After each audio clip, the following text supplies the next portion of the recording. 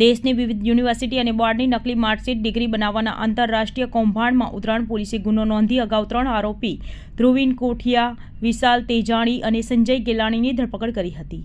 હવે પોલીસે બિહારના કટિહાર ખાતે આવેલા ગુરુકુળ શિક્ષા મંદિર સંસ્થાના ડાયરેક્ટર કમ સેક્રેટરી રાજેન્દ્ર રોહિત ઠાકોરની બુધવારે ધરપકડ કરી હતી. આરોપી રાજેન્દ્રએ વર્ષ 2011માં આ સંસ્થા શરૂ કરી હતી. અત્યાર સુધી આરોપી 80 જેટલી નકલી ડિગ્રી માર્કશીટ બનાવી હોવાનું સામે આવ્યું છે. બિહારમાં રાજેન્દ્રનું મોટું માથું હોવાથી તેની સામે લોકલ પોલીસમાં પણ કાર્યવાહી કરવામાં ગલ્લાતાલ્લા કરતી હતી. શરૂઆતમાં ઉત્તરાયણ પોલીસે ફક્ત આરોપીઓનો મોબાઈલ કબજે કરી શકી હતી, જેમાં સુરતના ઉચ્ચ પોલીસ અધિકારીએ બિહાર પોલીસ સાથે ટેલિફોનિક સંકલન કરતા રાજેન્દ્રનો કબજો મેળવી શકાયો હતો.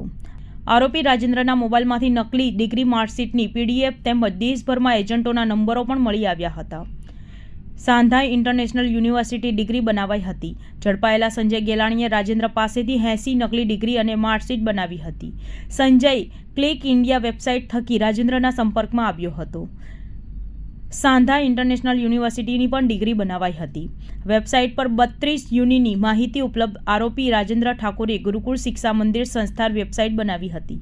આ વેબસાઇટમાં દેશની અલગ અલગ રાજ્યોની 32 યુનિવર્સિટી અને ધોરણ 10 અને 12ની અલગ અલગ 12 બોર્ડની માહિતી દર્શાવી હતી, જેમાં ફી સહિતની તમામ વિગતો ઉપલબ્ધ કરાવી હતી.